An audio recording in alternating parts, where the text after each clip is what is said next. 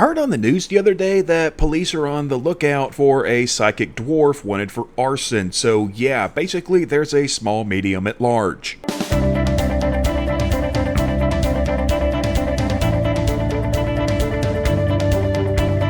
Hey folks, welcome to This Week in History, and right up front we want to go ahead and give a shout out to our patrons, Steve Stevens, Clayton Jaimes, and the Hayes family. We appreciate your support, and we appreciate the support of all of you through liking, sharing, subscribing, all that good stuff. But if you want to help out a little bit more, go ahead and check out the link down in the description below. Also, this here is our spooky design for October this year, so if you want to, get your hands on that, there will be a link directly to it, also down in the description. Anywho, let's get to it. On October 3rd, 1574, the siege of Leiden was lifted during the 80 Years' War by the Watergozen, or sea beggars, who were Dutch privateers. This is still celebrated in Leiden to this day. On October 4th of 1511, the Holy League was formed by Aragon, the Papal States, and Venice in an alliance against France, but it would eventually fail because the kingdoms kept switching sides back and forth. In 1918, more than 100 people were killed when an explosion destroyed a shell loading plant in New Jersey. On October 5th in 610, Heraclius arrived at Constantinople, beheaded Byzantine Emperor Phocas, and took his place to end the Heraclean revolt. In 1838, the last and largest attack on settlers by the Cherokee in East Texas occurred at the Kilo Massacre, just north of modern-day Jacksonville, where 18 Texian settlers were either killed or kidnapped. Now, the settlers actually had permission from the local Cherokee leaders to be there in order to harvest their crops, but apparently word didn't get around to everybody. On October 6th in 1762, the British captured Manila from Spain during the 7 Years' War, and they occupied it for nearly 2 years until they had to give it back at the end of the war. Fun little fact, the Spanish were actually unaware that they had lost the city until they found out they were getting it back. Yeah, it took a while for news to travel back then. In 1849, 13 generals who had participated in the failed Hungarian revolt were executed by hanging in Arad, known as the 13 Martyrs of Arad.